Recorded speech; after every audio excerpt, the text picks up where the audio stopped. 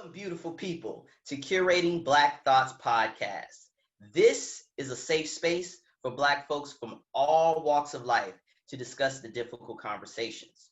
Here, we're not trying to agree or disagree per se, but we are trying to communicate our differences, our similarities, and our common goals so we can get to a better understanding and we can start supporting each other, y'all. Thank you for joining the Love Village. I'm your host, Quincy J. Roberts Sr., and you have just been queued up.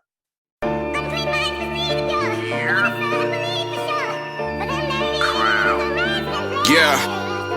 Always show improve, never regress, always improve. Going up, raising the turbulence, fly as a satellite, high as the moon. Blowing up, sorta like terrorists, drawing our weapons out like a cartoon. A rebel like Marley, I'm robbing like Hood, taking the riches right back to my hood.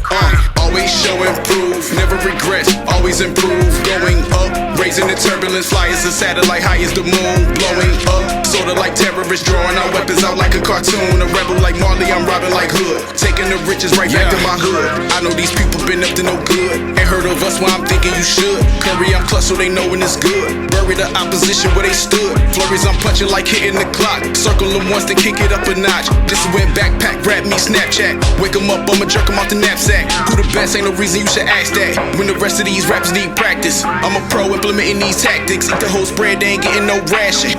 Run up a check, then I go and invest. We flipping like acrobatics over nets. Don't care who got next, you looking at now. When you see the crowd, then you should just bow. Shooting my shots since they talking foul. 3 hots in the cot, I'm locking them down. Stop, I think not, might as well take it higher. Hope you know there's no way that I'm coming down. Shooting my shots since they talking foul. 3 hots in the cot, I'm locking them down. Stop, I think not, might as well take it higher. Hope you know there's no way that I'm coming down. Always show improve, never regress, always improve. Going up, raising the turbulence, fly as a satellite, high as the moon. Blowing up, sorta like terrorists, drawing our weapons out like a cartoon. A rebel like Marley, I'm robbing like Hood, taking the riches right back to my hood.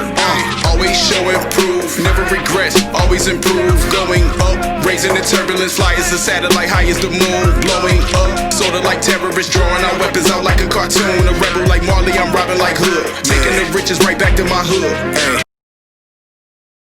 So is Who You Calling Crazy? Black Mental Health. I'm joined with my co-host, Masheri.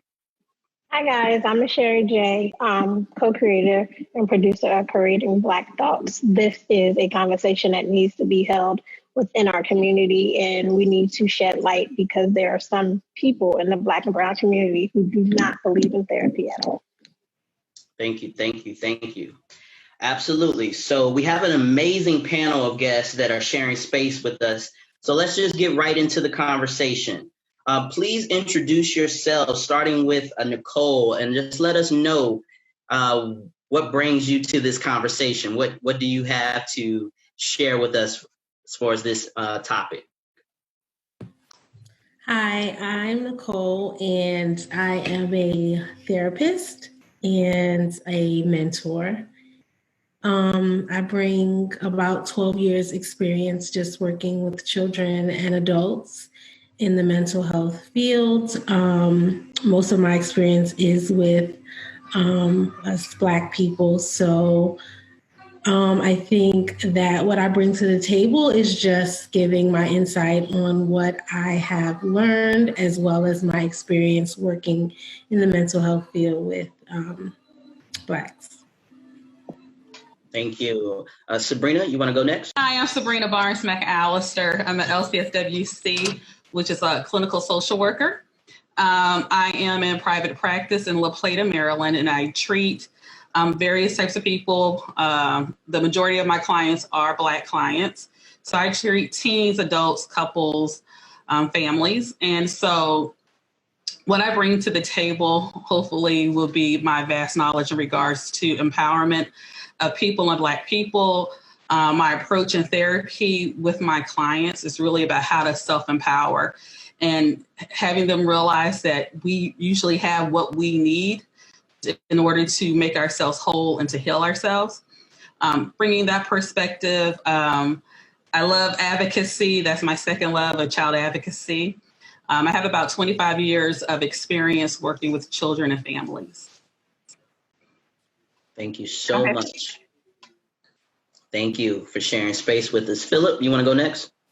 Yeah, y'all might have to give me the cutoff sign, because once I start talking about myself, I start to go. You know what I mean? So I am Philip Browntree. I am a master's level clinician, which means I have a master's in social work. I'm also a doctorate in social work student, professor at Dell State University in the social work department. I am the founder of Quantify LLC, which is an organization I created, it's going on 4 years now, where I provide what I call empowerment services to help improve the quad of an individual. So people might be saying like, well, what's the quad? And so it's the wellness quad. And what that consists of is physical, mental, spiritual, and emotional. Your spiritual, it's mental, spiritual, physical, and emotional self, right? And it's this idea that in order to thrive in life, they all need to be working at optimal levels. If there's a deficit in one, then more than likely there's going to be a deficit in another. So the services I provide are vast.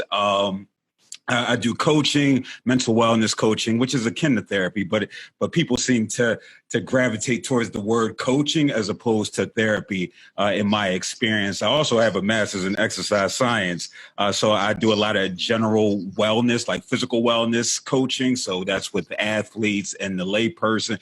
Yeah, I owe a lot of people a lot of money. You know what I mean? This student loan debt is real. But again, my purpose is just shedding light on the experiences of folk that look like me. I'm somebody that lives with depression and anxiety, and I have for, gosh, damn near all my life. You know what I'm saying? I think being Black in America, as soon as you come out the womb, you predisposed to a lot of things that can impact your wellness. So, what I'm bringing is just my authentic self, man. Just to have real, honest conversation. Love it. And that's the place. You're in the right place for an honest and difficult conversation. Last but certainly not least, we have Amber Williams. It's an honor to be here sharing space with you all and having this conversation. My name is Amber Williams. I was diagnosed with bipolar type 1 disorder at 15 years old. I'll be 35 in a few weeks, so it's been over half of my life of living with bipolar type 1. It's hereditary in my family, so that's kind of like the link towards, how I was diagnosed with it. It's deep in my family, my mother, my father. I was bound to get it. So I have journeyed over this time of healing, of acceptance, and I am vocal about my mental illness, right? So I try and normalize mental illness as much as possible to get it destigmatized. I might meet someone and say, oh, I can't drink right now because, I'm on meds. I have bipolar disorder. So I'm out there with it. I'm a mental health advocate. For a little bit of time, I did work as a therapeutic mentor. I just have personal experience in that slight amount of time working with kids as a therapeutic mentor as well. Thank you so much, all of you. Thank you so much for your courage for being here and sharing space with us. So let's go ahead and dive in the conversation. But before we do, with recent headlines of celebrities like Kanye West, Tamar Braxton dealing with mental health out in the public, and even Nick Cannon, I believe, he had a friend that committed suicide. All these issues are in the forefront. I just want to let everybody know that this conversation is to uplift and provide resources. So sorry, folks, this will not be a Hot Topics episode of Kanye West and what Kanye West is doing. All right. So first question, and this is going to go to my therapist, all three, and I'll start with Sabrina. Same question for the other two therapists. With trauma, depression, anxiety, suicide, grieving, bipolar, PTSD, PTSS, and the list goes on with different types of issues, mental health issues. What made you become a therapist? Oh, wow. Originally, well, it's a long story. I was working in child welfare, and I kind of fell into child welfare. When I was married at the time, I ran a group home in New Jersey. And so we had 5 boys in our home, and they had various mental health issues and tons and tons of trauma. So that started to pique my interest because I grew up thinking that when you couldn't live with your parents, you went to your grandparents' house or auntie's house. So it kind of opened my eyes into the realm of child welfare. And then so I started to kind of grow in that field, before I started doing therapy full time, I ran an agency for the state of Maryland that monitored Maryland's child welfare system. And so when working with children that are in the foster care system, we hear all the time about them being over-diagnosed with mental health issues and over-medicated. And so trying to gain more credibility in regards to my knowledge base, I went and got my master's, my MSW. I had no intention of doing therapy, none. I wanted to stay on the top level of advocacy because I was doing a lot of child advocacy, and took a class and really loved it because I thought it was important to take a class because of the population that I was working with and making decisions on. So part of my job was advocating for different legislation to be passed. And so in those realms, I noticed I was the only Black person at the table advocating for issues that affected Black children. And so I thought that it would be beneficial to educate myself more on this subject matter. Loved therapy, realized that I kept being pushed in that direction. Even though I was resisting, I kept being pushed that way. And I'm good at it. I think it's my calling. I think it's part of my purpose. I also like to help people. I was diagnosed with a physical condition when I was 17. And I also felt that because of my experiences that we're lied to a lot as regards to healthcare. So one of the most important things that I wanted to do was to be very honest with my clients and be very honest in regards to mental health treatment.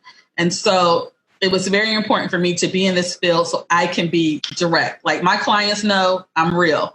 I'm not talking above their head. We're not talking a whole lot of psychological jargon. We're not using those type of words. I'm very realistic, to the point. I say I give tough love to my clients. That's the way they come to me most times. So it was really about trying to really help to make a difference. It was my calling. I love to see the progress of people growing. And that's one thing that you're able to do in mental health. And it was just a need. In my area in Maryland, I think we are in a sense oversaturated with Black therapists, and that's a positive thing. But I recognize in other areas, it's not necessarily that case. And so again, looking at people that needed the services, they look like me. And I just felt it was my responsibility to do my part in helping people heal. Thank you. Nikki? I would say that what brought me to social work was my childhood. Definitely wasn't the best child. Definitely gave my parents a lot of issues, and school was not for me. I just had difficulties in school, really because I wasn't giving my all. And I didn't really have a support system in school. Mom was great support, but I didn't really have someone in the schools that helped me. And that is what got me into social work, to be a school social worker. To be a school social worker. And that is why I wanted to be that person in the school that helps students succeed, because I didn't have that. I think I would have been better off in school if I had that person to really help me. And since I didn't, I felt like I could be that person. And first getting into social work, I was pretty young and I worked in a high school, so they thought I was a student. And it helped me relate to my clients. Like, I've been there. Like, it felt like a year ago. It's been a few years, but that helped me build rapport. And that's really what got me into social work in the beginning. Thank you. Philip, same question for you. So I guess, first would be, me getting in the field of social work. It wasn't my plan to be a social worker. I didn't know what I wanted to do when I went to college. I think I had to, that was probably the only department that I had the grade point average, the major to get into at the time. Because I had a pretty unremarkable, first year in college. And so my mom, she was a drug and alcohol therapist for about 20 years. But again, I had no idea what that was. I think once I worked in child welfare, and I think that's like a baptismal by fire. And to preserve your mental health, you probably go see a therapist like I did during that time. And the first therapist I went to go see, I just realized she wasn't for me, right? And like most people, I threw the baby out with the bathwater because it was just like, here I am being vulnerable, being open, and this person is just unethical in her methods. And so I think that started to plant the seed, or water the seed rather, into my journey to becoming a therapist. I quit child welfare. For those who are familiar with Philadelphia, I worked at DHS here. I walked in one day and, I said, listen, I'm done. And she was like, well, you don't want to give 2 weeks notice. I'm like, well, if I end up back here, something went wrong in my life, right? I was betting on myself, but also I was seeing a lot of trauma on a day-to-day basis when you're investigating child abuse and neglect every single day. And there's nothing in place to help you with your own mental health, right? You're just a cog, essentially, when you work at places like this. And so I left there and I started working as a mobile therapist. And to be honest, I didn't really take it serious. I was young. I was probably about 25, had my master's degree for a couple of years. I knew the kids connected with me in like a big brother type of role. And, I did take it serious, but I didn't recognize the influence that I could have in this position. Eventually went on to be a hospital social worker. But then in 2016, some things happened. So with me, I started taking medication probably in 2015. I was having suicidal ideations every day, 5 times a day for, at this point, about, 15 years or so. And I didn't understand where that was coming from. But, once I started to understand more about mental health and perseverating on thoughts, it's the anxiety, it's the depression, I started taking medication, and that quelled, stopped in its tracks the suicidal thoughts. In 2016, I was preparing to lead a field of social work. I was like, you know what, I'm done. That's why I went and got this other master's in exercise science, because I'm like, you know what, I could go to the NFL. I never played football a day in my life, but I know how to train people. I know how to work with people. And that was my form of therapy for some years anyway, right? These coping strategies that we acquire over time. And so physical fitness was one of them. And so I was prepared. I had an internship set up at Villanova University. And the day before I was supposed to start, I emailed the head athletic trainer and I resigned. And I don't know what he said to this day, because at that point I was resolute in my decision. That's because in January 2016, there was a young man by the name of Emmanuel Sloan here in Philadelphia. He jumped in front of a train, dying by suicide. And I think it's important when we talk about, for those who are listening, right? I heard the good brother Quincy say committed suicide, right? And I think language is so important, and it's so ever evolving. Like, we're no longer saying committed suicide within the profession. We're saying die by suicide. And that's because when we think of commit, right, we think of it has a negative connotation to it, right? So you commit a crime. Well, dying by suicide isn't a crime. Right. It's just the idea that you desire something greater for yourself that you didn't feel you could find here. Now, our goal as therapists to help people recognize, this might be something that you're feeling because you're in crisis, like Emmanuel, him being only 19 years of age. And I'm like, you know what, it's time for me to really get out here and start telling my story. So I went back and started doing therapy at an agency, really focusing in on the relationships that I was building. I started leaning more into my Blackness, which truly started to open my eyes about how what we're up against is Black folk out here. And of course, they give me the boys, right? And so, we steady say, well, go play football, go play basketball to get this energy out. But you can't do that 24/7, right? And what I was seeing was a lot of young Black and brown boys who whose depression and anxiety manifested itself through anger and rage, which it tends to do. We're not sitting up in the room for 3 and 4 days like some white folk or like a little white girl is right now.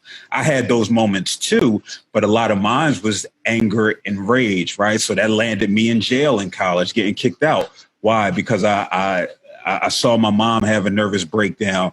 My brother died, God bless the dead, at 17 from an opioid overdose, way before they was having this conversation that they're having now. And so we start talking about this historical trauma, not only that's taking place, amongst Black folk, but then in our individual lives and how that influences us. And for me, it was just like, I have to, right? I have to be out here really talking with folks, in particular, our Black boys and men, to let them know, it's okay to feel whatever it is that you're feeling. Absolutely. Thank you so much for sharing. And again, you'll hear me say this, but I mean it. I'm genuinely thankful for everybody's courage, because these conversations are not easy. They're not even easy to listen to, let alone share your authentic self. So I appreciate that. Amber, I'm coming to you on this question. So we just mentioned a little bit about what's going on in social media, mainstream media with Kanye, Tamar. We even have Charlemagne the God, who has a huge platform that's sharing his experience with depression and anxiety. Let me know how you feel about the community and how they're dealing with mental health right now. Yeah, so our community, I feel like, is kind of ignorant towards it, right? They're making fun of it. They're calling folks crazy. They're demonizing people. Certain people's views, that have these large platforms. My heart goes out to people with mental illness that have these large platforms. I can only imagine when I was at my worst episodes being a celebrity. And I can only imagine how hard it is for them just to be in the public eye when they're struggling and have the public not understanding it. Very like, either they're crazy or either they're demonizing them. And it's like, no, this is actually an illness. I feel like I wish that people would just use Google, right? Like I would say this all the time to people. It's like, we have information at our fingertips, and why aren't we using it? And I don't know, I truly don't know the answer to that question.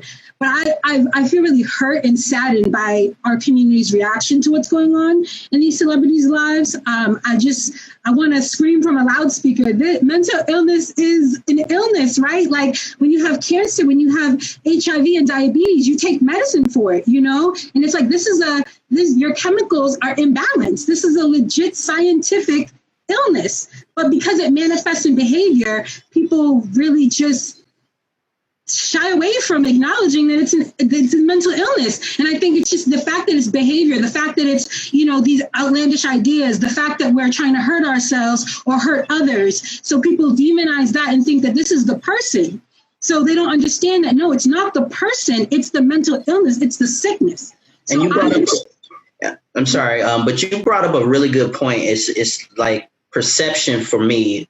When you see someone, when you don't understand mental illness and you see someone out in public lashing out, ranting, or what people will call a rant, can you explain to me and to the audience your personal experience on how people have misconstrued what you were going through in some of your dark times or times that? Yeah, I can definitely speak to that. As a young person, I was diagnosed at 15 and I really struggled with it. What 15-year-old wants to be on meds, So it's like I struggled with it for a long time. My last hospitalization wasn't until 2012. And I believe I was like 27 at the time. So throughout my late teens and early 20s, people saw me. People saw me in episodes. There was rumors about me. A woman I was dating at the time, I had came out at 19 and I was dating a woman who was 25. So there was already that power dynamic, but I couldn't go out for myself and present myself to the community as far as like parties and events. I was underage. So this woman kind of told this terrible narrative of my mental illness and how I was like crazy, how I threatened violence on her, how I might be able to kill people, like just this horrific, horrendous narrative of my mental illness. And then when I was able after 21, I was able to go out and present myself for myself. It had already been these horrible rumors about me. So when I was trying to talk to people, I have friends, or even like talk to a woman trying to date her or build with her, I was like shooed away. And I was like, what is this? And it took me a while to realize that those rumors were out there about me. But also I just like, it was hard, right? It's like, how do I not live in shame because of this? I felt like ashamed. People are calling me crazy, not understanding it at all. And I didn't have the words at the time to explain it. But it's very frustrating. It's heartbreaking. It's humiliating too. When you have episodes in front of people, I had a manic episode actually at a party. I had experimented with marijuana, and that brought me into a full-fledged episode, a manic episode. And so that was probably the worst thing that ever could happen to someone in their early 20s, where you're having a full-fledged episode in front of everyone in your community, as far as people that are your age, people that are in your social circles. So that didn't help. That didn't help me at all when I had that full-fledged episode in front of people. It just made things worse, and it made people kind of like shy away from me and not really see me as a human. I became crazy. I became, the girl with bipolar disorder. Got it. And that's the reason why one of the main reasons why we're having this conversation, because I want the listeners and the people who are viewing this to understand that we're all just trying to learn. And I want people that's listening to be equipped with the resources and the terminology. Brother Philip did a great job of correcting me, and I appreciate that. Words matter. As a former English teacher, I used to tell my high school students that words matter. So when you use the word crazy, or as Philip explained to us, committing an act, it's almost as like it's a crime when it's not. So I'm glad you brought that up, because that's what we want to accomplish with this conversation.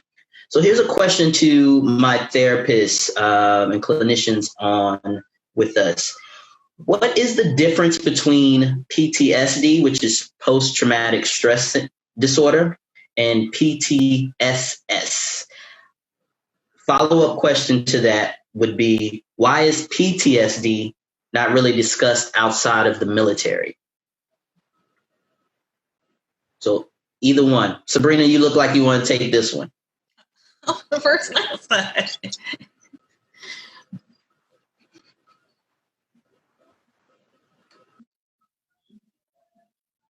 You got to come off mute. Okay, I guess you unmuted me. Are you talking about post-traumatic slave syndrome? Yes. Okay. So let's start first. PTSD. PTSD happens because you usually witness a trauma has happened to you.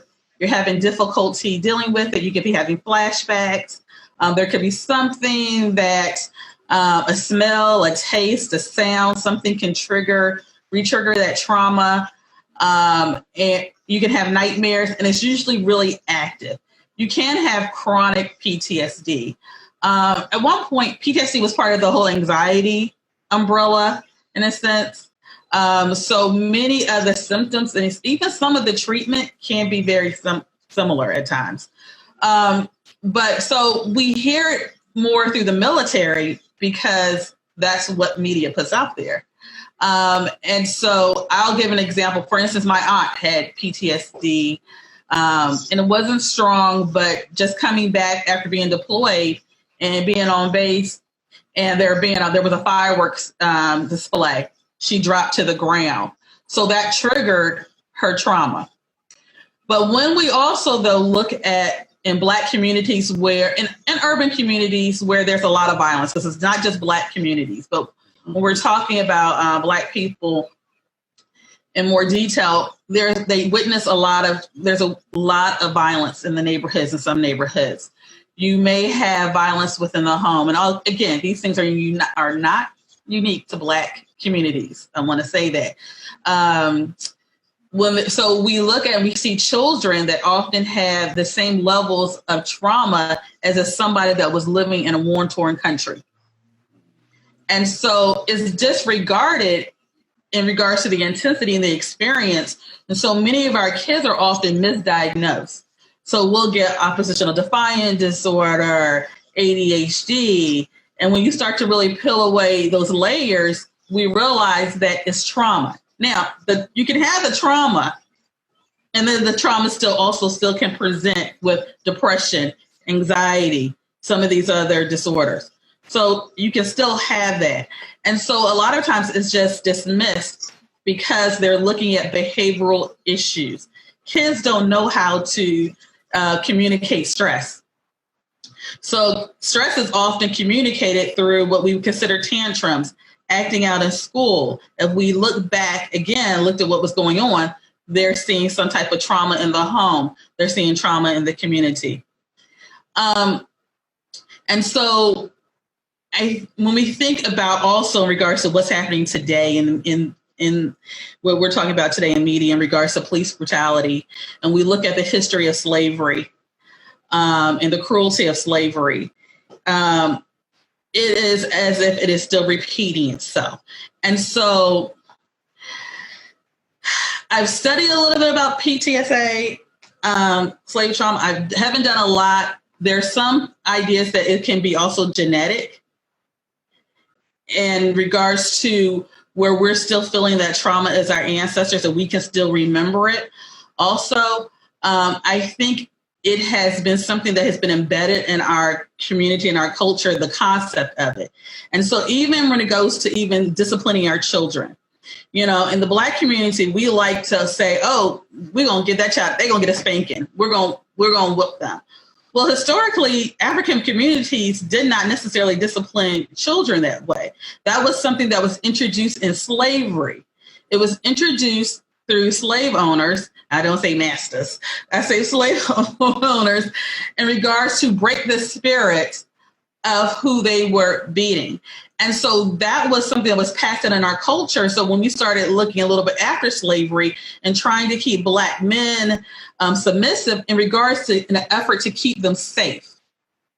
So we knew that if Black men, you go out and you say something, you look at a white one a particular way, you say something to a white person, that could kill you.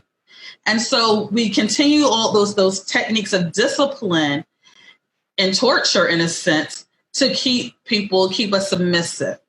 And those are practices that became part of our culture.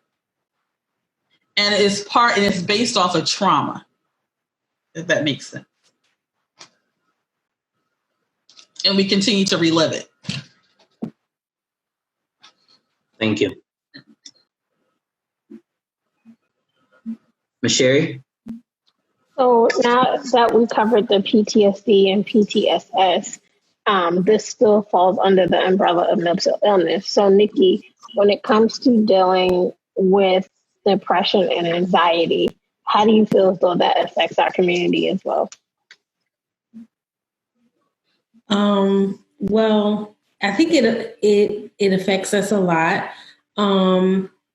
I work with a lot of clients that have depression and anxiety, and some just feel like, I've been feeling like this my whole life, or, it's something that they have accepted. And I think a lot of times they do accept it and live with it until it takes control or takes over them and they can no longer live a daily life with it. And then they try to seek help.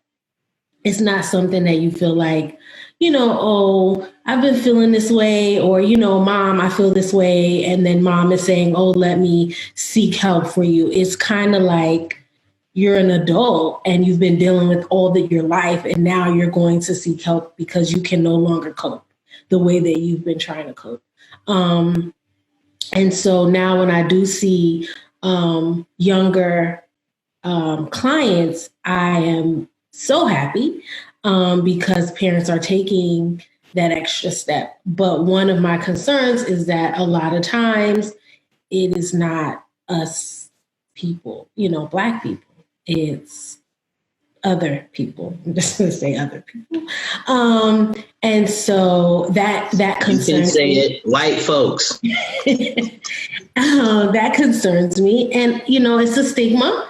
It is, I have a Caribbean background, so it is very much frowned upon. You know, when I graduated with my master's, my grandfather asked me, like, what do you do? And I said, I'm a therapist and I help people. And he was just like, what? Like, just if they don't listen, you slap them in the morning when they wake up, slap them before you go to bed, and they'll be okay. So that is like the mindset.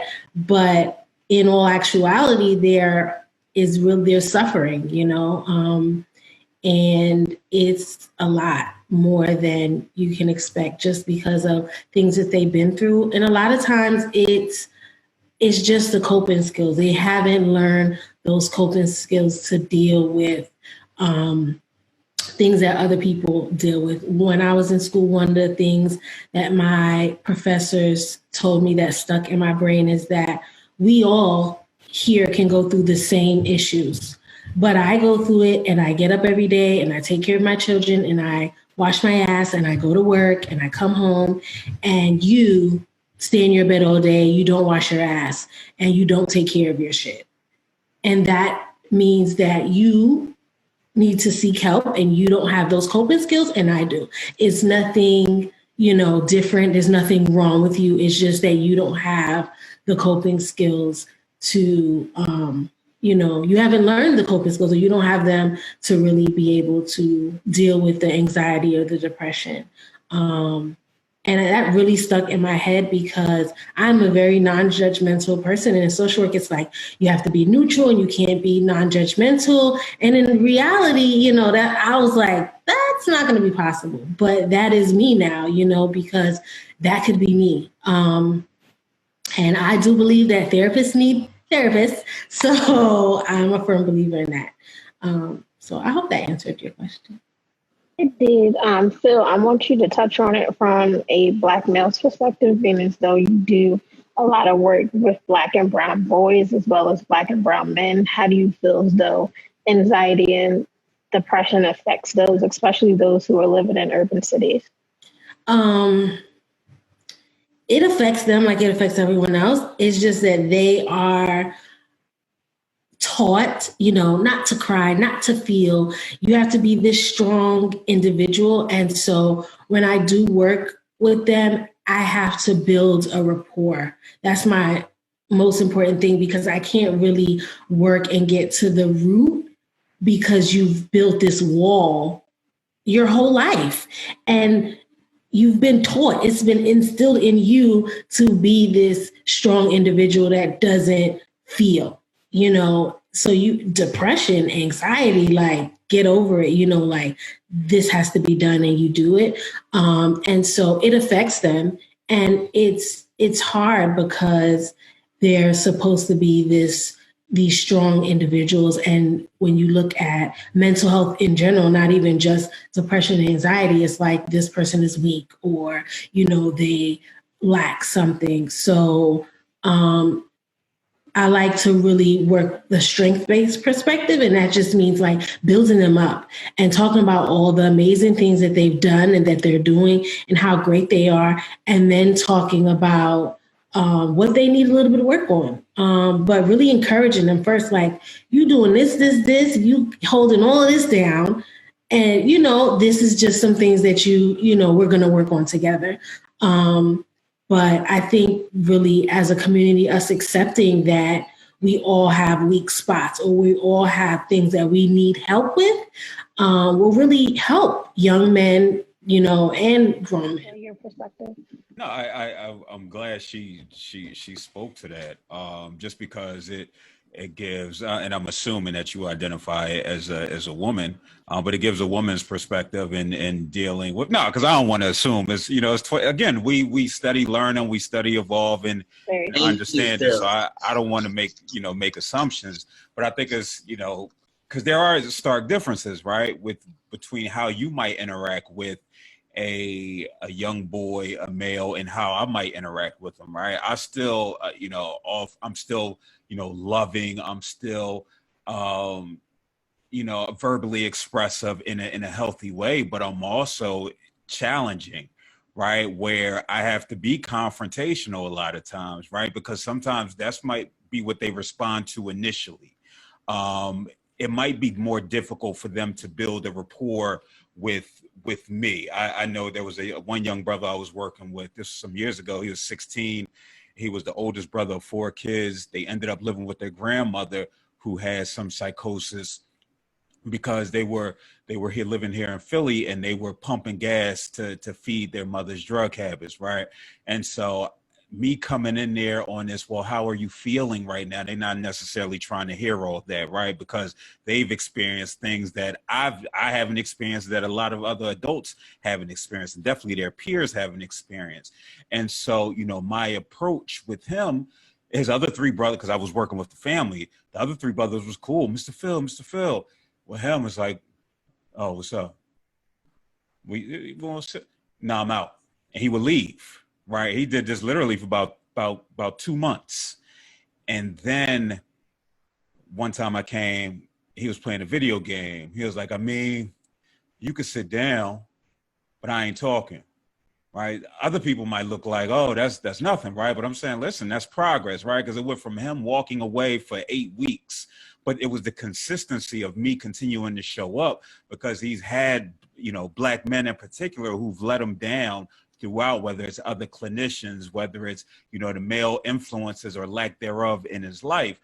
And so again, that's when we really start to try and build that relationship. As far as how depression and anxiety manifests itself, you know, I know we were talking about, you know, post-traumatic slave syndrome. Again, and that's, you know, that's endemic to Black folk. I say that ain't got nothing to do with white folk, right? As far as, you know, PTSD, yeah, they can participate in that. Right, they could participate in that under that umbrella, but post-traumatic slave syndrome is endemic to only Black folk, because it's not only talking about the untreated, undiagnosed mental health of PTSD, but it's talking about all the systemic issues that exist. We're talking about, I was just reading Mike Dick, a former football player, like, get the hell out if you can't kneel. And again, we're talking about this racism. We're talking about these prejudices that continue to exist, that impact how we show up. And there's no way for, you know, we can't just take a medication to get rid of, to help us work through post-traumatic slave syndrome, right? Because we're talking about slavery. We're talking about Jim Crow. We're talking about, you know, Trayvon Martin. We're talking about so many of these different things. So when I see a police officer, my heart start palpitating really fast, no matter who it is.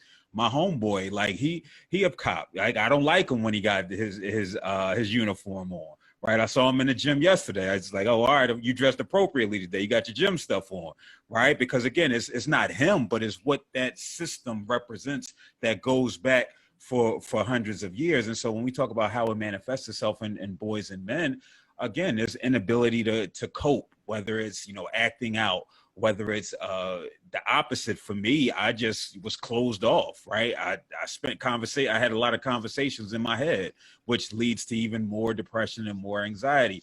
Yeah, or you learn how to curse people out, right? Like my daughter's somewhere in the background. Like I learned how to curse from her grandmother, you know what I mean? From my mother. And you know, because coping is a learned strategy. Now, hopefully she hasn't seen me curse, because I haven't cursed since she's been alive, even though she make me want to sometimes.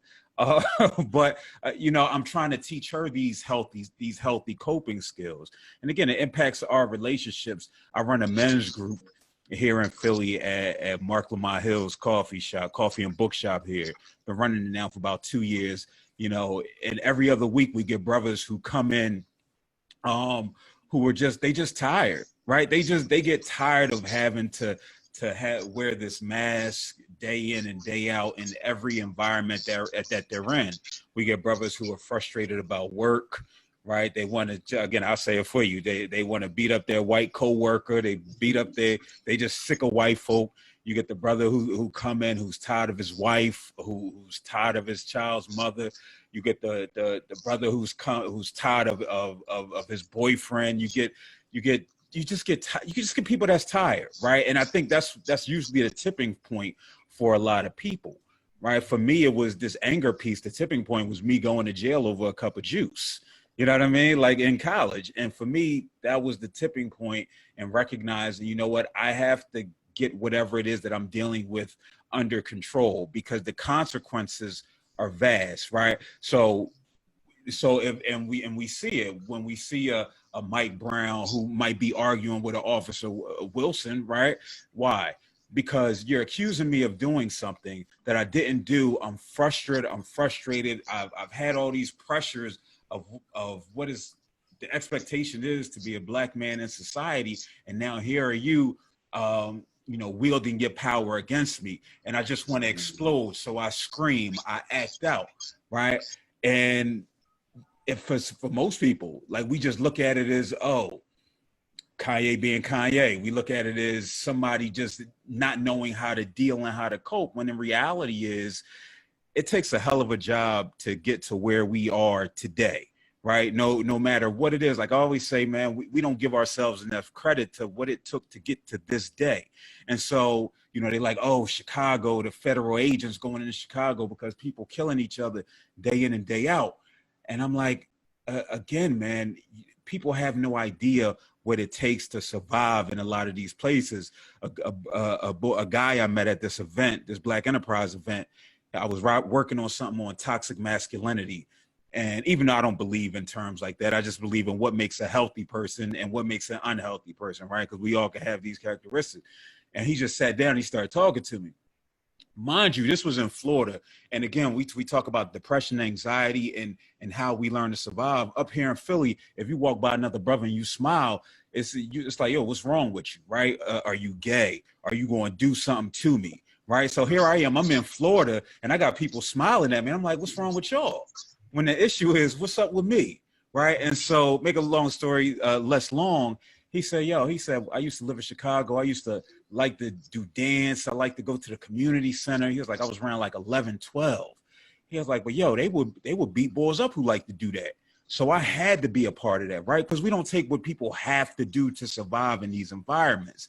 Again, we talk about depression and anxiety. That's a luxury for some when you're not eating, right? When you're being terrorized on a daily basis, which influences that.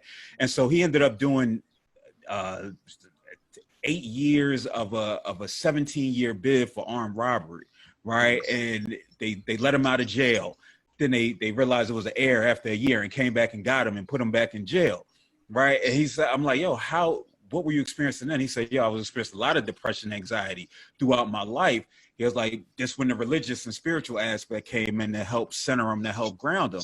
But again, it's so many brothers who are experiencing this. And my experiences is, we want to do better, right? But the environment has to be safe enough for us to truly work on it. Great segue to my next question, Phil. Amber, this one's for you. As Phil, Sabrina, and Nikki all three said coping mechanism. How can, because I've witnessed your journey. I didn't meet you when you were 15. I think I met you about 13 years ago. So you've been in my life for a long time, and I've seen your journey. I've seen how successful you've been in the poet circuit. And I've always wanted to ask you this question, like, what has been some of your coping mechanisms, and how can people that love and care for you, that are around you, how can we better kind of watch out for signs and help you cope, if that is possible? Yeah. Thank you for that question, Quincy. So for me, coping mechanisms are definitely first and foremost medication, right? That is very heavily stigmatized, even for the Black people that are like, yeah, mental illness is real and this and that. It's like, meds though, hold up. I don't need no meds. Like, I'm gonna go for a jog. I'm gonna go eat healthy. I'm gonna go to meditation. And it's like, well, I respect those people who can cope in other ways, but some of us need meds. And medication is really the front and center of my coping and what I need, right? My sleep is important. If I don't get enough sleep, I'm thrown off. Even on medication, if I'm not getting a few nights worth of sleep, I'm a little bit off, eating is important too, but I'm not the best at eating healthy right now. I try my best, but I feel like just having healthy cycles, like a healthy sleep cycle, when you're eating at least, if not 3 times a day, at least 2 times a day, right? At least lunch, at least dinner.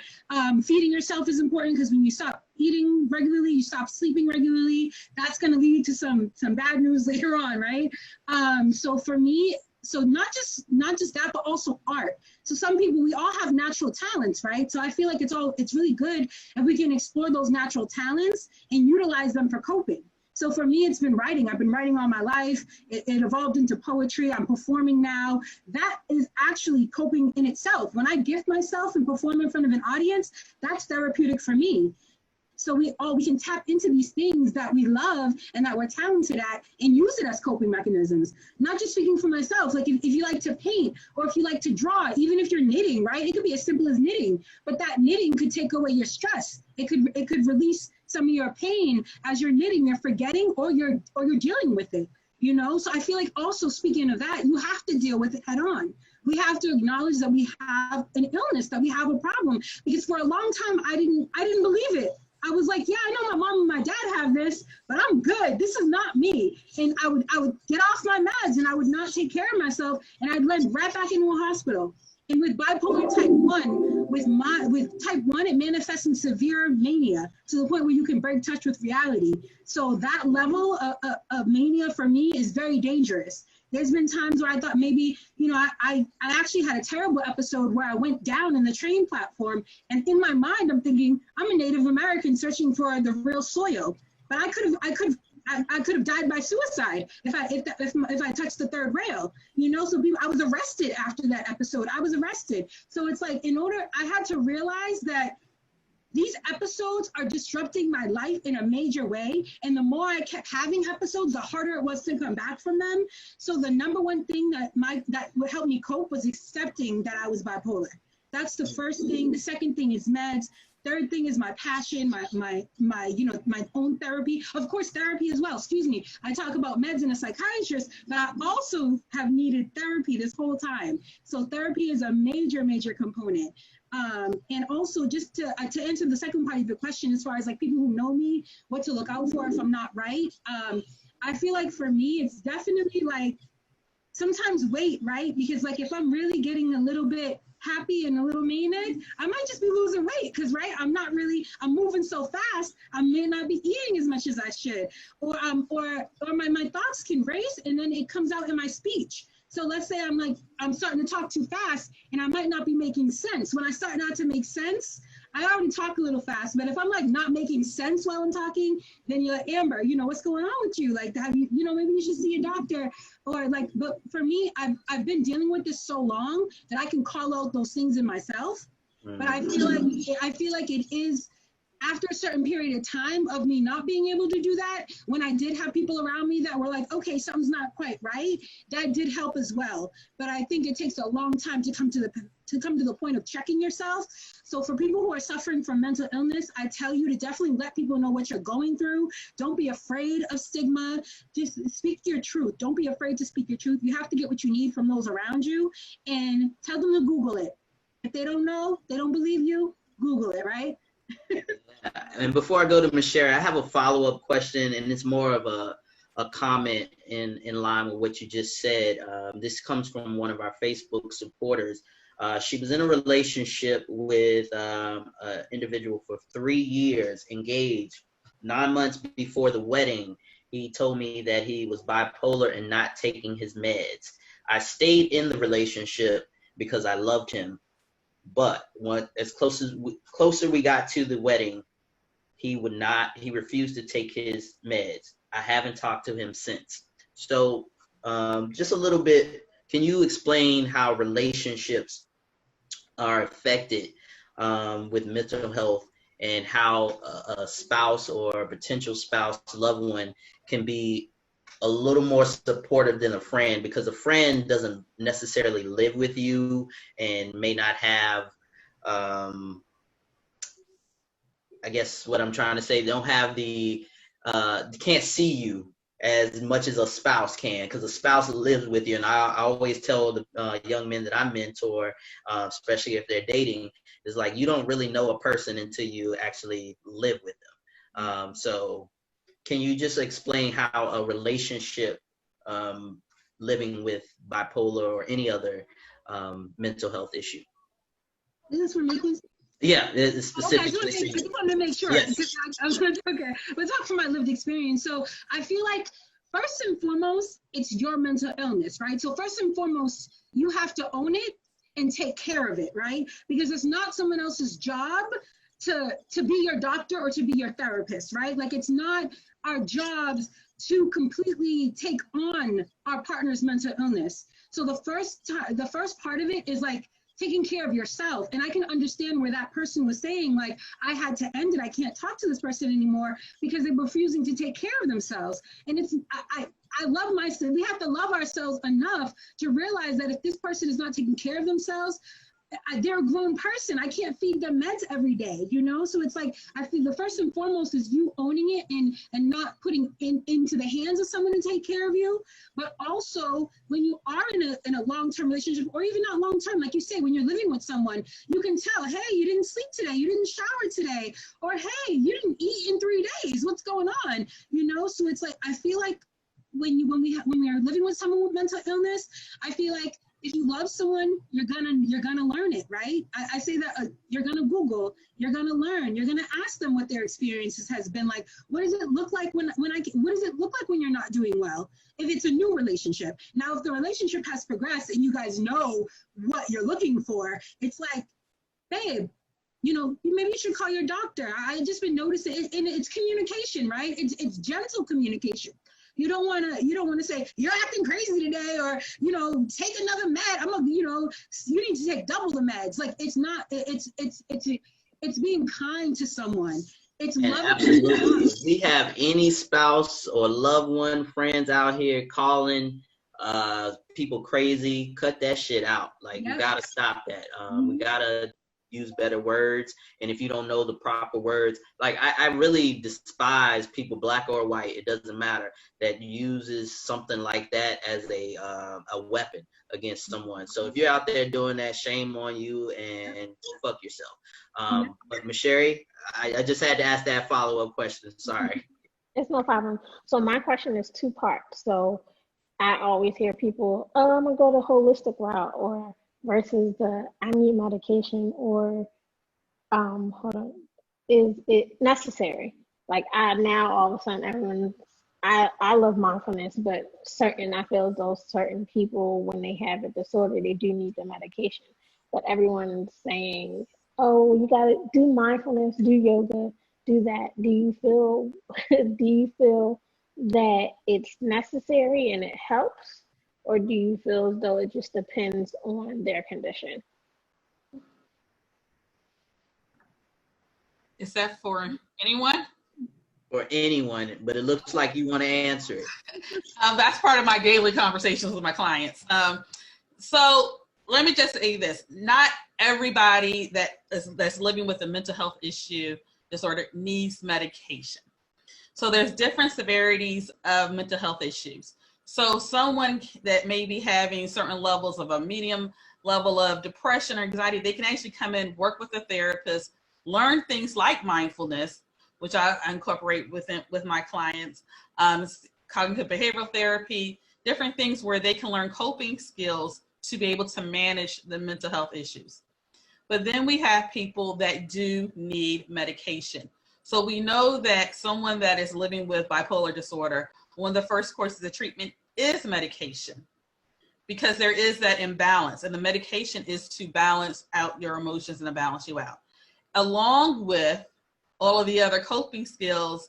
Like, I'm glad Amber gave some really good coping skills, you know, recognizing and understanding how bipolar and certain disorders affect you, and knowing your triggers. So lack of sleep. You know, if you're not sleeping, okay, that's a flag that, okay, I need to do something. I need to increase my coping skills. I need to self-care. I need to do something, because that may mean that I'm about to have a manic episode, you know. And so it is about, I've had clients, I used to do mobile treatment. So I had very severe clients at one point. So we had different plans in regards to the medication, and working with the psychiatrist, that if they felt a manic episode coming on, or even a depressive episode, there were different things, and they may have a medication they would take as needed to kind of address what was happening. However, on the therapist side, we had, okay, what's the self-care? What's the calming? What's the breathing? What are all these other things that you're doing in conjunction with it? So just like psychiatry, medication management, and therapy should live together, so should your coping skills, whether it's mindfulness, that should all, and whether live together with therapy, whether you're on medication or not. Holistic approaches are beneficial to some. They really are. And again, it depends on what the person is dealing with. The holistic approach could be meditation. I recommend meditation to my clients. I recommend yoga. It helps to center you. So these things do work, but I still recommend those things to my clients that are on medication. So it doesn't change for me. And with my clients, instead of saying, okay, well, you need to use your coping skill when you're at a high state of a mental health issue, whether you're manic or really depressed, it is about incorporating these things in your daily living. So coping skills need to be part of your daily routine. If you're meditating, if you're doing yoga, if you're doing mindfulness and other grounding techniques, these are things that need to be incorporated, just like you're going to get up and brush your teeth, take a shower, go to the bathroom in the morning. That's usually the first stop for most people. And that needs to be a part of your daily routine. So those things need to live together. Also, I've had clients, that was living with schizophrenia that was on medication and then decided to take supplements. And so when you have an idea that you're going to do that, you need to talk to your psychiatrist, talk to your prescribing provider, because those when you say supplements, are you talking about drugs or like workout supplements? Listen, they were probably on many of those things. Well, they were trying to do a holistic approach. So they were taking different like vitamins and things like that. So what happened was, and it started to have a counter effect. And so this person came into my office like very psychotic, very manic. And then when we looked further into it, after having to hospitalize them, it was okay. There was an interaction. So when you're taking a holistic approach, if you're taking certain supplements and things of that nature, you should always still talk to a doctor about it, because there can be something that can cause an adverse interaction. But again, holistic is not bad. I think there needs to be a combination. I think though, I've had a client who was very psychotic, a lot of suicide ideation, and their parent wanted to send them to a therapist that dealt with the spiritual realm of feeling like you're looking at me I'm sorry, I speak with my face in my hands. Of spirits. And so of course that person, and again, some of those things work for some people. It depends on the disorder. Did it work for this person? No. So there are a lot of different approaches out there that you really have to educate yourself on. And so that and ensuring that the person is competent in what they're doing. They're just not making it up as they go. And so because it could be really detrimental to the client. But a lot of those things work well together, in short. Next, I'm going to have Phil jump in just as one who said that he was on meds as well. And then I have another question that I wanted to ask as well. So I'm going to speak to what she was referencing? Yeah. Okay. I've actually got to take my medication probably about another hour and a half or so. I've been on medication now for about going on 4 or 5 years. This isn't my first go round. I think my first go round was in my early 20s. And I want to emphasize, because when we talk about the idea of medication, like there's levels to this, right? So when we talk about levels, you do want to do an immediate assessment of what's happening in your life, right? That's causing the stress, causing the anxiety that's taking place, and see if you can modify that in whatever way. So if it might mean, let me start going to the gym. Let me start doing different things to try and remedy it first. On your own, because again, it can take time to get in to see a therapist. So you might want to just start, trying to, again, like Google is your best friend. Google healthy coping strategies, right? And just go off the list and start trying different things and see how that impacts you. For me, The first time, again, I was in my early 20s. I took it. I didn't like how I felt after like a day or two, didn't take it again. And it was about, 10 or 12 years later before I started again. But this time I had more information about who I was, right? I've been in this profession now. I was as a hospital social worker in a psych ward. So I was able to have conversations with, a psychiatrist about, what type of medication to try.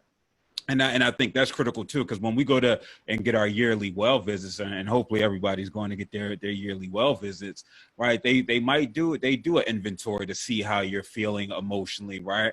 And so, they might, are you depressed? You might say yes, like I did. But again, I had a lot of data and a lot of expertise and experience coming with me when I said yes, and he was able to prescribe me some medication. But I'm definitely not a fan of going to your primary and letting them be the first person to offer you medication. And that's because they're like the jack of all trades, master of none, right? And so we have psychiatrists for that, whose whole expertise is medication and how it's going to impact you, how it's going to interact if you're taking other medications, how it could potentially work with whatever diagnosis you have. Now, yes, your primary, if that's where you got to start there, right? But they're a primary, and I watched it like by working in the hospital for 4 years. They would come around as medical students. They will be in the crisis center for about 3 to 4 weeks. They will go to our inpatient unit for about 3 to 4 weeks. Then they will go to community mental health for about 3 to 4 weeks. So we're talking about 3 months, right? And they do that. They do their rotations in different places. And so if that's not your thing, I want to go into family medicine, right, and family practice, then you're not really focusing on this aspect, but the psychiatrist is. And so that's something to take into account. And your primary should be able to help you and connect you with the psychiatrist that's in network or what have you. Like, don't necessarily just rely on them. But for me, it started me off with Prozac. I took it again. The suicidal thoughts went away, but I found myself yawning like 5-6 times a day. And that was one of the side effects, like yawn. So I'll just be out. I'll be in the party like, they're like, oh, you tired? I'm like, I am tired, but no, I'm not this tired, right, to be yawning. And so, I talked to a psychiatrist. I said, listen, man, this is making me yawn. He said, all right, Phil, I'll try you with something else. So he gave me a prescription for Wellbutrin because he said that's what he takes, right? He was like, Phil, I think this would be good for you. It metabolize you. It's like, all right, cool. I did that. When we talk about partners doing their research too, the person I was with, super unhealthy relationship, but she did do her research on Wellbutrin. She's like, yeah, it might get you might be angry. I was like, me? Now I'm past that phase of my life where I just yell at people. I'm calm, right? Docile Negro. And so, but as soon as I started taking it, I was angry. I was ready to fight for about 3 weeks. Like, I wake up just on edge, just that aggression. That was the side effect of the medication. So it's like, all right, this not working. And so now I've been on Effexor for a few years now, and it's been working for me. But again, I'm never one to say take medication, don't take medication. I'm a firm believer in doing your due diligence. But if somebody say, how has medication worked for you? I say, listen, I went from having suicidal ideations for literally 15 years every day to now they're gone. And I be trying sometimes, like still, I'm like, yo, I just want to go jump off a bridge. I want to crash my car or something like that. Things that I was actively experiencing, it just don't stick like it did. You know what I mean? And again, that's because, serotonin levels, I ain't going to bore you with the science and all of that. But, I'm a firm believer, again, you got to do what you got to do, man. I'm out here to survive. You know what I mean? And not only survive, but to thrive. And so that's where I'm at with it. And because we all deserve that at the end of the day. Absolutely. Thanks, Phil. And you're reading my mind because, and Sabrina, I'll go to you next. From my experience with mental health issues, I had depression and anxiety, mother passed, so a lot of trauma. And I went with my resources and my privilege. And we also have to mention that a lot of us on this conversation have the privilege to go to a doctor, to spend the money on a doctor. And we'll get into that later on. But for me, I went right to my doctor, AKA drug pusher. And he asked me like 3 questions and gave me some Zoloft. I was on Zoloft for 8 months, and that was the worst 8 months of my life. I was a high school teacher, freshman academy, 9th grade. So, you know, at that age, you got to be focused. I was on Zoloft and I was yarning, just like you just said. I was dozing off. I was sluggish. I am a naturally energetic person. I am the life of the party, always have been. But for those 8 months, it was the reverse for me, Phil. I wanted to die. Like that's when I started to develop suicidal thoughts. That's when I started to think to myself, maybe if Quincy wasn't here, the world will be, a little bit better. So that's just a little bit of my story. But Sabrina, you had something to share? I was going to say, I agree with Phil about going to your primary care to get medication. Yes, sometimes it's a good start. In Maryland, we have a shortage in psychiatrists. And so we have a lot of psychiatric nurse practitioners in private practice here. But that was just recently. So that might be a good start with your primary. But I usually tell my clients, I still want to get you connected to a psychiatrist. So primary care doctors prescribe the big names. And that's the level of their knowledge of psychiatric medication. And so they're, here, try this. It's going to take a few weeks. It's going to take 4 weeks for you to feel the difference, which might be true. And so then when you don't feel any difference, I've had a client recently prescribe medication by their primary. It's been after 4 weeks, they didn't feel any difference. They increased the dosage. Now, they recently became my client. My response is, oh, why did they increase the dosage when they knew it wasn't working from the start? So still not working, let's get you set up with a psychiatrist that has more knowledge about it. There's other options. There's boosters available for medication. There's just other things. And I prefer someone going to a psychiatrist or a psychiatric nurse practitioner. But it's also advocating for yourself in medication. So there will be people that will sit on medication knowing it doesn't work. And it's so a good thing to do when you're starting medication, sometimes they don't know what's not working, is to keep a log of how you're feeling. How are you feeling each day? It helps. As a therapist, I review medication because I see the client more than the psychiatrist does. We do all the work. So, Sabrina, can you tell the audience the difference? Sorry to cut you off, but we keep throwing therapists and psychiatrists out, and I just learned the difference like 2 years ago. So can you explain to our listeners the difference? A psychiatrist is a medical doctor. They've gone to medical school. And so they are usually the ones that are prescribing. Sometimes you will have instances where a psychiatrist is also doing therapy, but it's very rare. So usually they're the ones doing medication management. So then we have therapists, and we're all clinical social work. We're all social work level, master level social workers. You also have those that have masters in counseling and psychology, that have the clinical training, the background, and we do the therapy. A lot of psychologists also do testing. So they'll do sometimes testing for ADHD, other learning disabilities of that nature. However, we do all the work as clinicians and as therapists. And so we know our clients. And so a lot of times especially as social workers, we're our clients' biggest advocates at times. There's times where I have a relationship with whomever who is prescribing their medication. So I can say, that person's not bipolar, and you have them on, on a mood disorder medication and mood stabilizer. The hair is falling out. There's not happening.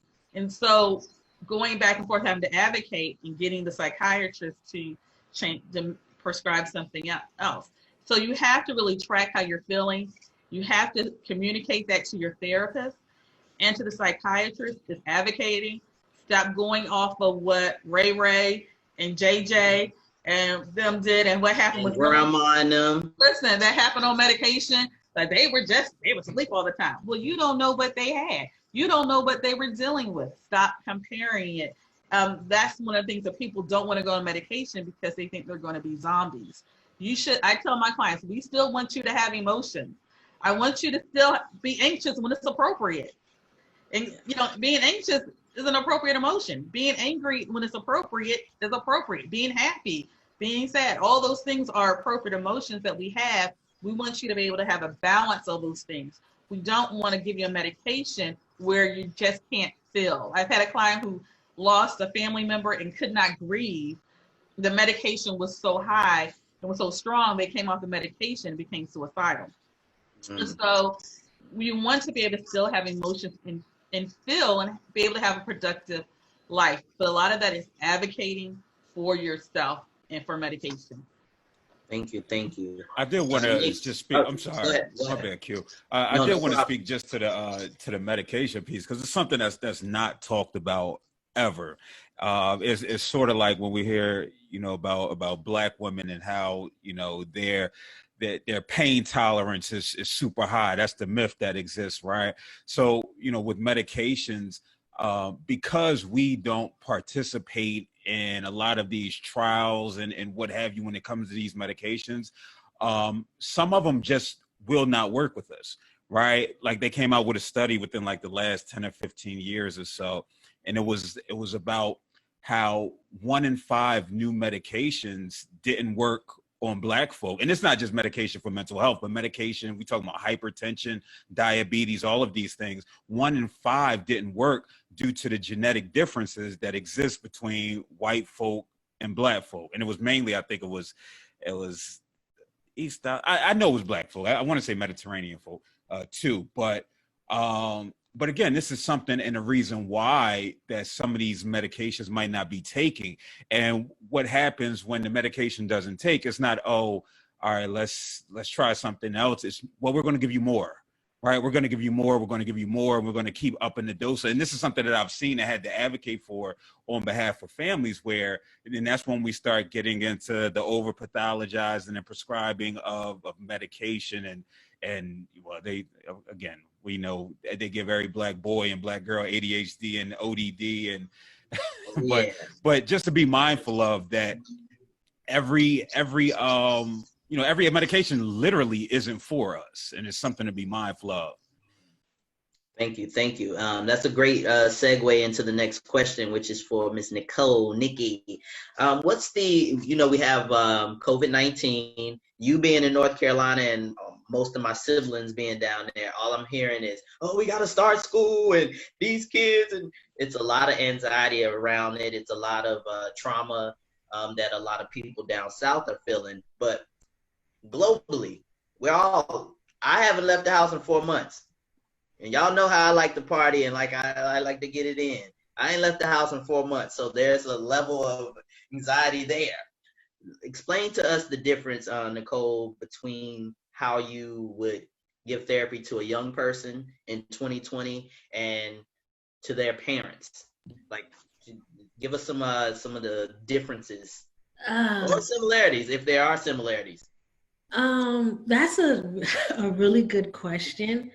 And just moving here to North Carolina, I had a few interviews, and I remember that was like, you've been working in the schools in New York, so how is that? Where I work now is mainly adults.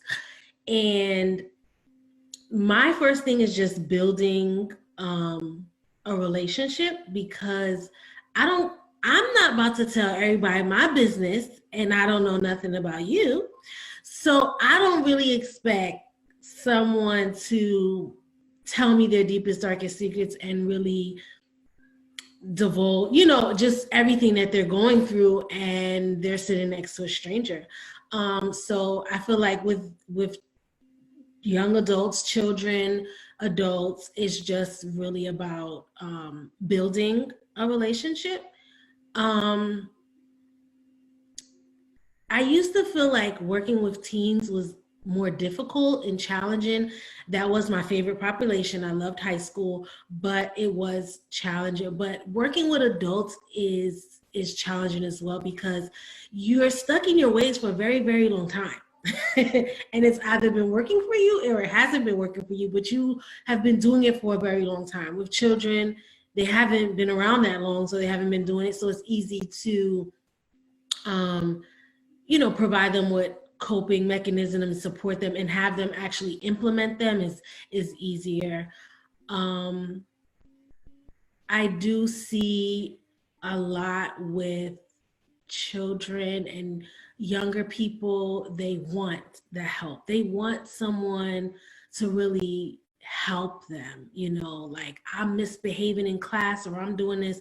I don't want to do this, Miss Nikki, like what is wrong? Help me, Adults sometimes, they're kind of like, I'm here because I got to be here because my probation officer said I got to be here, or that pride. Yeah, or it's like, I've been doing fine, just help me with this little thing and I'm gonna go about doing the things I've been doing, where you've been surviving but you haven't been living, and there's a difference. I've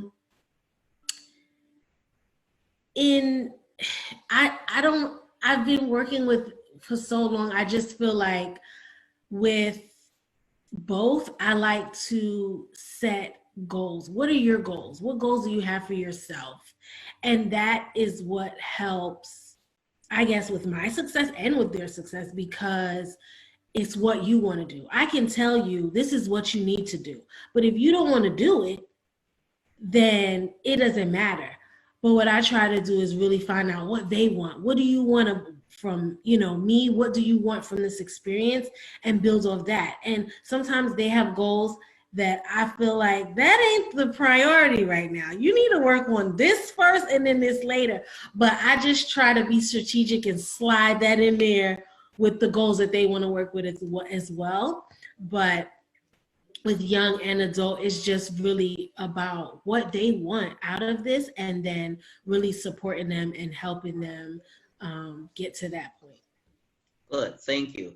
We're running out of time. I could talk to you guys or you all. I'm sorry, I'm from the South, so I say you guys a lot. So I have 2 more questions. The next question is specifically for Phil and Sabrina had brought it up earlier. But I wanted to save it towards the ending because, believe it or not, people, and Phil can agree with me on this, in the social media world, people won't watch the whole hour. They take bits and pieces of it. They'll listen to the beginning, they'll listen to the middle, and then they'll do the end. And then if it's really good, they'll go back and listen to the whole hour. So I'm going to try to get this question. This is for you, Phil. I talked about the privilege that the 6 of us have on this phone call. We have access to mental health, therapy, insurance. Let's talk to our viewers that don't have that privilege, may live in a small town like Henderson, North Carolina, where I was born and raised. Not a lot of people out there. What options do people who don't have therapists readily available, like in Maryland? Or they have therapists around, but they're not culturally competent. And that's what I ran into here in Boston. A plethora of therapists, some good therapists. My favorite therapist was an Asian lady. She just understood my sexuality and she just got me. But let's talk to some of the people out in the audience that don't have access to culturally competent therapists or just resources. What would you say to them? What's the best thing that they could do? Yeah, well, first, don't move to Boston. I feel like you could throw the whole Boston away. Hey, Boston Celtics is the best team. Well, I would say NBA, NFL, everything. But I'm not going to debate with Sherry and anybody from Philly about sports. No. I ain't even talking about it. As long as you play on a sports team, they like you in Boston. I'm just saying. Now, if you're a regular Negro, if you're a regular Negro in Boston, it might be a little hard for you. I agree. I digress. No, but if there's no therapist in your area, I'm a firm believer in just finding support, right? And support groups can look like something that I started at a coffee shop. Yes, I'm a therapist, but it's just allowing people opportunities to vent, right? And so that might mean, it might be 1 or 2 or 3 of us getting together. I'm not a spiritual person, but I know it's something in the word that's, I'm not a religious person. It's something in the word that say, 2 or more are gathered, right? So when 2 are gathered, that's an opportunity. That can be a therapeutic session. right? The difficulty with that is like you don't want to become burdensome and what have you in those type of relationships. But it might be, you know what, start something. You know, we're going to have a group where we just all sit and discuss about what's happening with our lives. But hopefully somebody in there could say, all right, let's focus on some solutions and how we can work through it, right? Google solutions. You know, it could be, you know, I'm gonna go for a walk. Again, when we talk about these strategies that we can utilize in lieu, I don't want to say in lieu of therapy, but it's I use the analogy often where like it's a construction worker who goes to a construction site, right? And if he goes just with the hammer, he might be able to bang a whole lot of stuff, but if he needs to measure something, if he needs to saw something, he's not going to be able to. And so, you know, if you don't have a therapist and you don't have that opportunity, still trying to acquire some more tools that you can utilize to help you with that. You know, I'm not a fan of, how can I put this? Because I'm critical of people, you know, I'm judgmental. I'm judgmental of people, right? That's I lean into my truth, right? I judge people. We all do. I look at people funny when I see them venting on social media, but then the therapist in me is just like, yo, I don't know what that person, why they might have needed to get that out on here, but that might have saved them from hurting themselves or from hurting somebody else. And so again, finding these outlets to get this energy, get these emotions out. Take inventory of your relationships, right? It might be difficult. Before you go to a therapist, you know whether it's a situation that you need to continue to be in. When we talk about interpersonal relationships and, you know, friendships, intimate relationships, you know, make those hard decisions, right? And again, that's easier said. That's so much easier said than done with regards to that. You know, when we talk about, you know, lack of culturally competent therapist, again, my first therapist was an older Black lady. She was not competent at all, right? But my second one was a white lady, and she was like, "Oh, Phil, I understand." It's like, nope, I got to get out of here. My last therapist, Dr. Vash, Mr. Phil, cut the bullshit. You know what I mean? But I know that I needed that, right? And so we're not just talking about race and ethnicity when we're talking about culturally competent, right? We're talking about somebody that can hold you accountable while still focusing on the goal at hand, right? And again, it can be difficult, but I think sometimes, you know what, we might just got to go to somebody and get what we can get out of them, right? Even if they do lack some of the skill sets. Now, you're not going to accept everything. You're not going to go to a racist therapist who don't, you know, respect Black folk, right? Or the respect the, you know, LGBTQ community, right? If that's how you identify. But again, there's might be some things you might just have to live with, right? They might not understand the Black experience, right? But again, are they offering you some tools, some strategies? Because then maybe you could go buy some books and read some books like Post-Traumatic Slave Syndrome to help you understand the Black mental health experience, right? So again, pulling in these various resources from different spaces to help you live a more fruitful and productive life. Thank you. Sabrina? Okay, so when I hear about access to mental health treatment, there's this idea that you have to have major insurance in order to get mental health treatment. The majority of my clients will maybe have Medicaid, and so if you have Medicaid, you have access to mental health treatment. And I will tell you, sometimes my clients that have Medicaid have more services available to them than my clients that have a Care First Blue Cross Blue Shield. And so I always say that because people think because they have Medicaid, they do not have access to mental health treatment. That's not the case. Also, and I think a lot of people are learning this because of COVID-19, where a lot of us we're now doing teletherapy.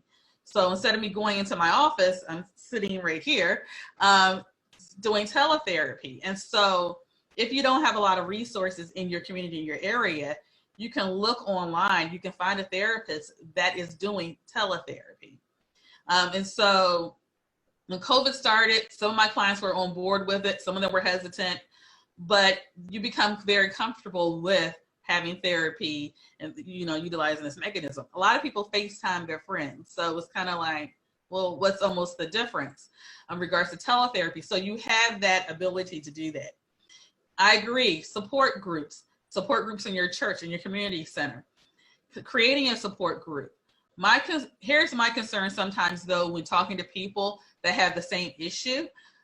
Your symptoms can grow if there's not effective problem solving, decision making. It's kind of like when someone is hospitalized, and they, especially teens, they'll connect while they're hospitalized, but they'll tell them, separate, do not stay in contact with each other after you leave. And what happens is sometimes when kids are like, you start to hear their story, and you hear their sad story, and you hear what's going on, and you start thinking, well, maybe my life sucks too. Maybe this is just as bad. Maybe, and that's when you start seeing those suicide pacts, is because everybody was in agreement. And so you have to be very careful who you're sharing your information with. You have to make sure there's somebody there that's somewhat healthy and that is productive. Because if you get into, again, a room where everybody has the same exact issue and there's no structure and there's nobody there that's able to guide, and it could be someone that's depressed. It doesn't have to be a mental health professional there. It could be someone who's dealing with a lot of issues, but you have to have some hope within that group so that everybody doesn't continue to kind of sink, and so there are a lot of resources out there. Again, YouTube, one of the techniques I talk to my clients about is tapping. It's kooky. The technique of tapping is kooky because you got to see it in order to kind of get the concept of it. And I'll give them links to like, hey, go look at this, go see how this looks. Different coping mechanisms, meditation. You can find that on YouTube. We're in a technology age now. And so there's so many resources out there that when I was growing up without the internet, I'm aging myself. So there's so many resources again. And again, a good friend, have an accountability partner. If you're saying, hey, I want to do this and have these coping skills, have your accountability partner say, hey, what's up? Have you done this? Have you done that? And in regards to being culturally competent,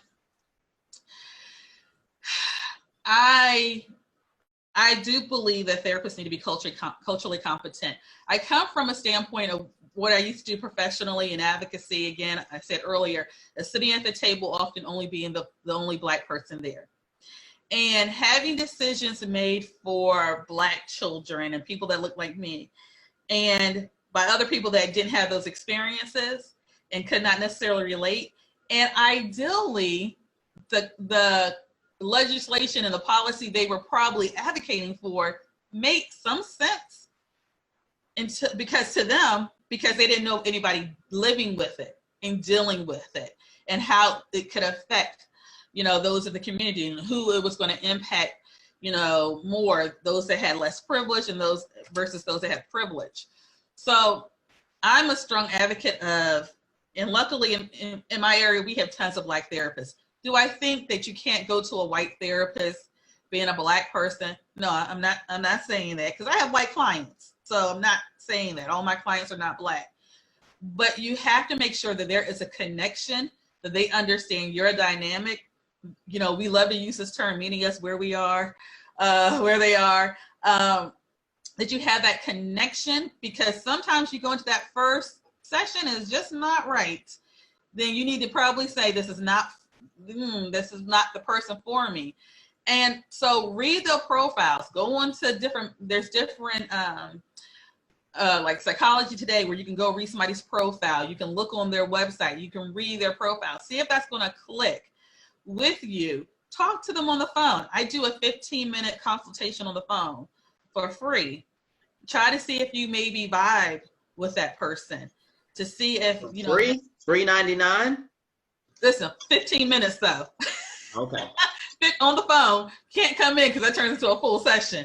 And we got it, so a lot of therapists are doing that. We do free consultations. So you have an opportunity to, in the beginning, speak with somebody, talk to them about what you're looking for, to see if they're going to meet you, meet your needs. People come to me, like a lot of my clients refer out. They come to me because I'm direct, I'm honest, I don't have any cut cards. I'm going to say, what were you thinking? What? And so talk to your friends. Believe it or not, most of us know somebody that is living with a mental health issue, and that's in therapy. So when you're honest about what you're going through, somebody else is saying, well, listen, girl, or listen, dude, or listen, whomever, go to around the corner because they helped me, or they helped my mom, or they helped my cousin. That's why I kind of sometimes challenge this idea that therapy is not, there's a stigma for Black people to go to treatment, because I know the majority of my clients are Black. A lot of my clients are referred by other Black clients. I know tons of Black therapists. I know tons, even those people with everything that's going on in the media, talking about what was happening and judging it, they all were saying they need some therapy. So Black folks know about therapy. It's just about going to therapy and finding the courage to go to therapy. We know therapy's out there. It's just going. Thank you. Well, we're coming to a close, and before we give everybody last thoughts and sharing what you guys are working on, because that's the next question, so get ready. I want to know what you guys are working on, or what you all are working on, so we can share, because Curating Black Thoughts is just not a conversation. It is a platform for us to showcase and brag, Phil, about the things that we are doing in our respective communities. I love bragging, braggadocious. Be as braggadocious as you possibly can, as long as it's positive and bringing a positive resources to the community. But before we go into that, I just wanted to highlight a wonderful individual by the name of Yolo Akili Robertson, who is the director of BEAM, which is Black Emotional Mental Health Collective. This individual I've known for, I want to say, 14 years, and they have been instrumental in saving my life. The time that I was on medication and I felt suicidal, I read their book, and this was before the organization. So I encourage people, because they have been on BET. They're all in the lights now, but even before that, before they were on BET, before they were on Revolt Black News and all these other different media outlets, they were doing this type of work. And I can testify to the amazing work that BEAM is doing. And there are other organizations out there that I will be highlighting on our Facebook page and Instagram page, but I just wanted to give them a huge shout out, because I keep seeing that name and I'm like, hey, I know that person. This person has helped me. So I always want to share real life experiences. So thank you again for this conversation. Now I'm going to go around and briefly tell people what you're working on, how we can get in contact with you, and then we'll end this thing. We'll start with, let's go with Amber. Alrighty, so besides being vocal about mental health as a mental health advocate, I'm a spoken word poet. I'm a makeup artist.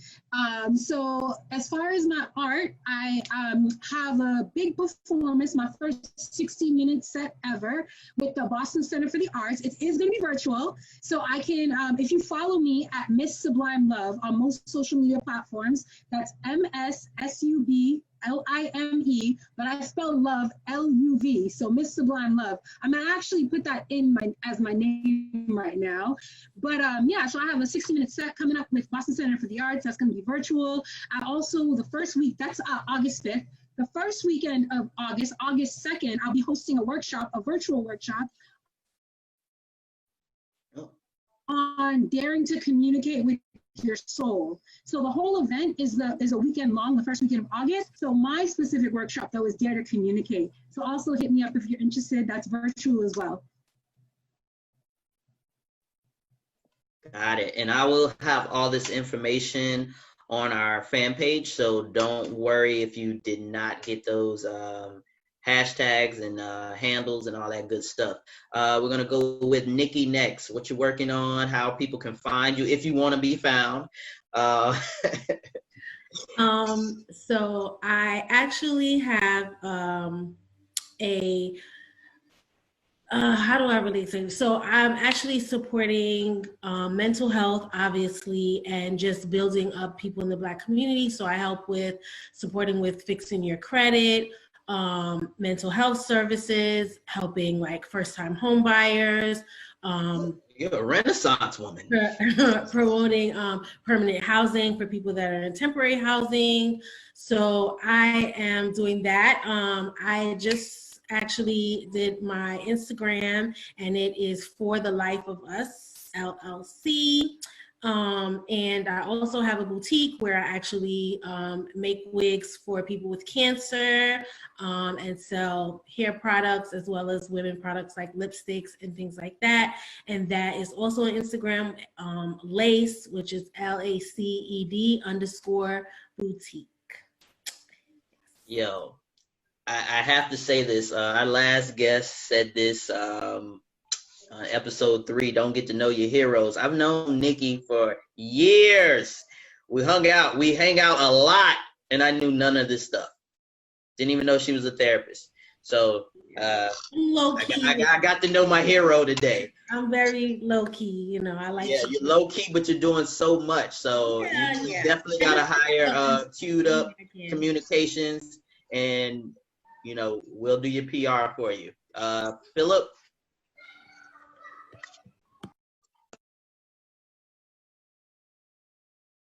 Take the mute off. So now the mute is off.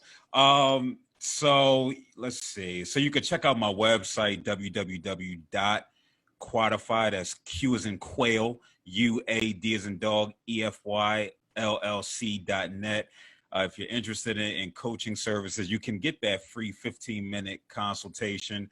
If you're interested in merchandise, I got some dope destigmatizing mental health merchandise. This is what depression looks like. This is what anxiety looks like. Black Healing Matters. And for this month, it's 30% off everything on the site. I got hoodies, t-shirts, yada, yada, yada. But it's 30% off this month if you use the code BB, and that's BEBE.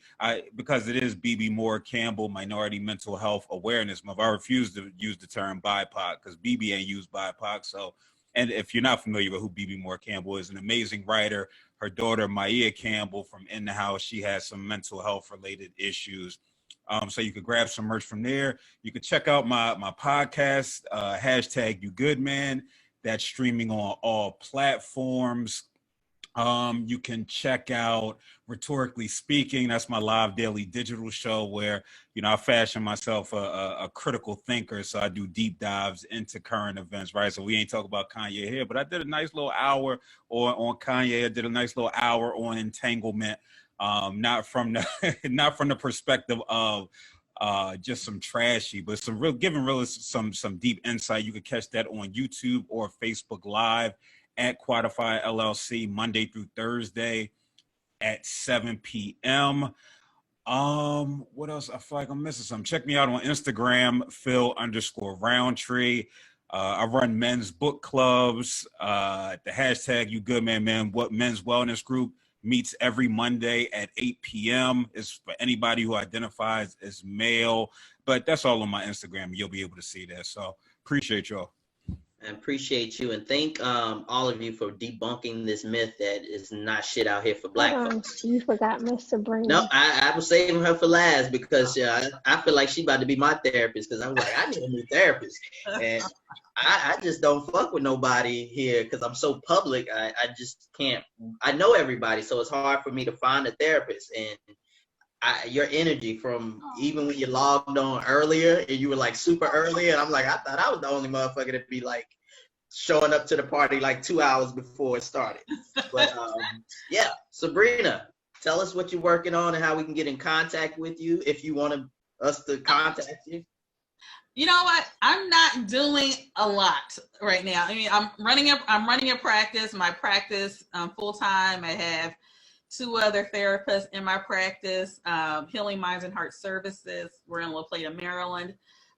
You can reach us on our website, healingminds.com, healingminds.com. I'm on Instagram, healingminds10.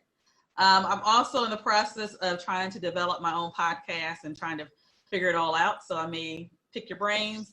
Hey, we got a production company. We can help you. Me and Miss Sherry can help you. Great. I keep having people tell me to do it, and so I started kind of like the beginning processes of that. Also, I'm coaching in regards to healthy relationships. That's one of the things that I'm trying to move more into. In regards to, I do a lot of couples therapy, but I also work with people that are single and trying to develop and trying to establish how healthy relationships look in regards to even like criteria, like what's your realistic criteria in regards to a type of mate that you want to kind of, allow into your life and setting boundaries. So I'm moving into that. I'm going to develop some workshops in regards to that. And planning a wedding, but in COVID-19. So congratulations. Thank you. And so I also do clinical supervision for those that are looking to get their clinical license.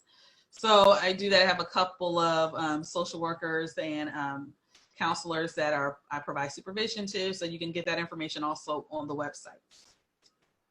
And thank you for having me. I've enjoyed this. Thank you. But you ain't doing nothing though. You ain't doing nothing though. I'm not doing anything like I used to. Like I used to be, I feel with the humble pie. I got tired. No, I'm old. I got tired. I'm old. I got tired.